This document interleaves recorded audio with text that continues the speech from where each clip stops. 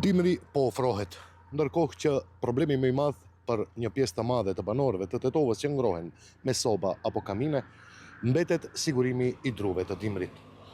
Çmimi i tyre shitet nga 75 euro e më sipër, ndërkohë që për një familje katërantarshe për të kaluar dimrin i duhen të paktën 10 metra, që për ekonominë tonë, thon banorët, është një barë tepër e madhe dhe e papërballueshme, megjithatë e patjetërsueshme mbetet.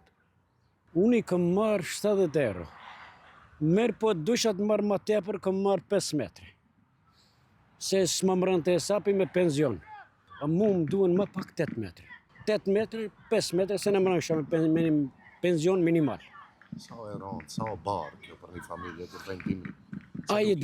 A i di a që i ka në kreje. A jetë jeshine, gole me. Është shumë bare rënd kjo e drunjeve. Me të ardhurat tona me asgjë s'mund t'ja dalim, as me dru, as me rym, varësisht kush me çka ngrohet. Duhet shteti të ndihmoj.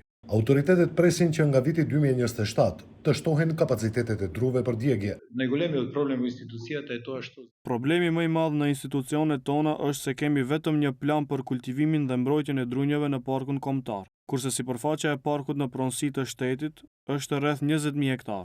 Në pranverën e vitit të ardhshëm do përpunohen 2 plane dhe 2 në 2027. Dhe atëherë do të jemi në gjendje të përgjigjemi në gjithë kërkesat për drut. Kohëve të fundit me shtrejtimin e druve për ngrohje, metri të cilit arrin deri në 75 euro, shumica e banorëve të Pollogut kalojnë në ngrohje alternative, kryesisht me energji elektrike dhe peleta.